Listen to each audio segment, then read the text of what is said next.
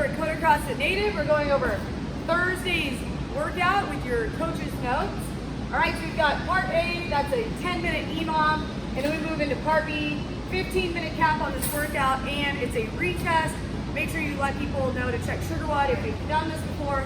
If they haven't, no big deal, they can still get a good workout. So 25 minutes of work, we got a lot of time to fill, but what's awesome about this is we can spend a lot of time today really getting people through these clean high pulls plus the clean. All right, so 3, 2, 1, class is starting. I would spend about 5 to 7 minutes just moving them across the floor. If you guys are social distancing, let them stay in their box. But just get 5 to 7 minutes of getting their blood flow going, high kicks, perfect stretch, your basic warming up and moving, okay? You wanna get them nice and loose for here. And I always like to get people really warmed up for lunges. That way they feel loose if anybody has any knee pain or anything like that.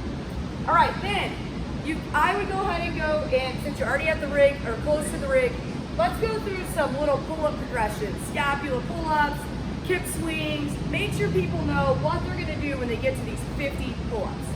All right, talk to them about their kip, or if they are a butterflyer, maybe going from butterfly to kip, they start to lose their grip or anything like that. So 5 minutes just working on pull-ups, which will also just kind of warm up their grip and position for their cleats.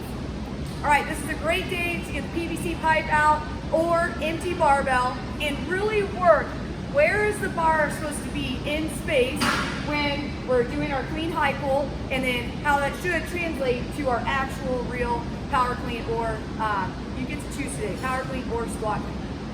So check out your video, and you'll notice on the video today that the clean high pull it really is tempo the whole way through. You see him utilizing those hamstrings, getting past the knee, and then right at that little high hang position, that's where he's exploding, okay? You see that big shrug, and he's bending his elbows just a little bit. We don't need like this big, elaborate high pull today, okay? All we wanna do is make sure that bar stays right with the midline the whole time.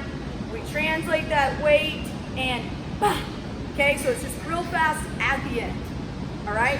I think it's a great day to really talk about like, where are our feet? Like, where's your weight shifting? When we start, we're separating those feet, our big toes on the ground and also our heel.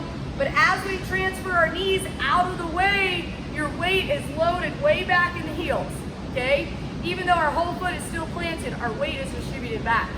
Now we can't jump for that position, so we've got to push our knees through, which gets that weight towards our midfoot, and then we can finally explode from that high hang position.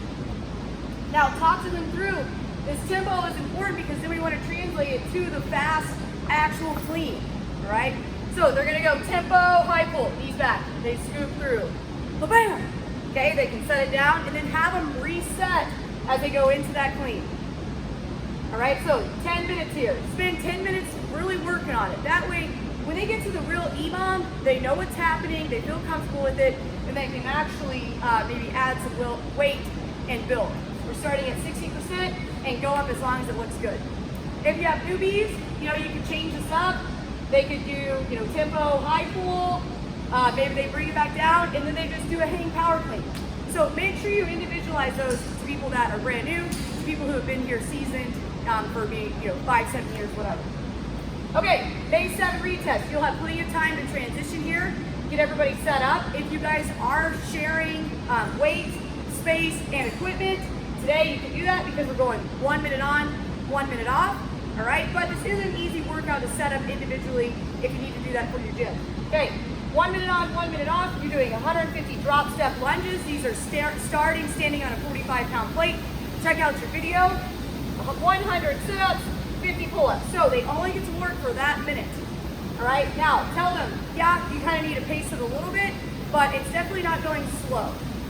So they do not move on to the sit-ups until they've completed the 150 drop step lunges. Let's say you get to 149 and your minute's off. Whenever you start your next minute, you got to do that last rep, and then you can move straight on to the sit-ups. Let's create a good standard for the sit-ups so everybody's on the same page. They've got to go all the way back, touch your hands, and then make sure, okay, that shoulder passes the plane of their hips. We're not doing crunches, we're doing full sit-ups.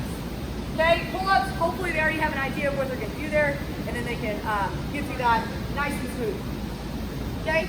If, for whatever reason, anybody did this differently during the first time we did it, maybe on the lunges, they just did regular drop step lunges instead of with the plate, that's fine. You want to actually retest what they did.